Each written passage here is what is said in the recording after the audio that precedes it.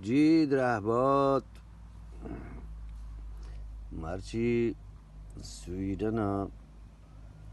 میدسومر گوشنتی یک مزنه کومی روچ این روچه روایت سکبازند روایت مانا همشن که هرچی تو اشکتا هرچی پیرینان گوشته و ای آپانی باروا که ای تاکانی سراوان ما همشانی حیال کبتون میدسومر و همین روایتانه که چین چوک پیرینان گوشته چین چوک راست و دروگ مردم نزان روایت یعنی گوشتگش ای باروا اگر هر چینکه مردم بگوشی کم مند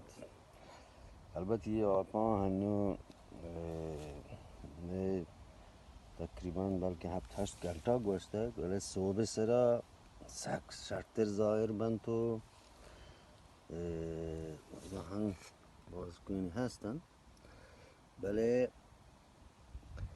ایشین که گرمی جن تو یک باب بند میدسومر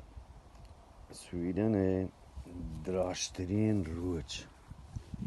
و این شپی لکترین گوانترین شب یه باره با چبان ده گدار البته روچ کستر بیانه بل کم کم و ای بلوچی ها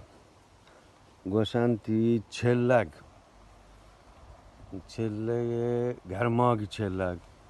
یا البته زمستان چلگ هست گرماگی چلگ هست بله من یه باره باز نزانم مطمئن هم نهان بله یک ایشانی میدسومر را گمه بلوچی گرماگی چلگا نزدیکی هر نی من نزانم هیچ بس ایش یک گوشک لوتان که مروچی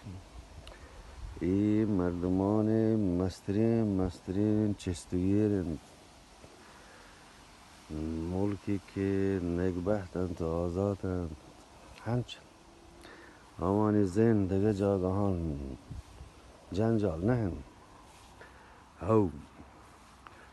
همین چوک گوشک لوتان عثمان کاکت لالا عثمانی باره 10,000 مردم چون ویدیو کلیپ من دیسته رنگته را که باکی مردم بهیال مکن وقتی که بالاچ شهید بود وقتی که اکبر بکتیش کشت وقتی که می گوهار کریمه بلوچش کشت می بلوچستان چونه زرمبشت نوکه سرچست کرد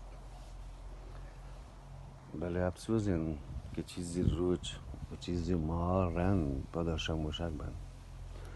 و همچو یک عادی ما رو بند بله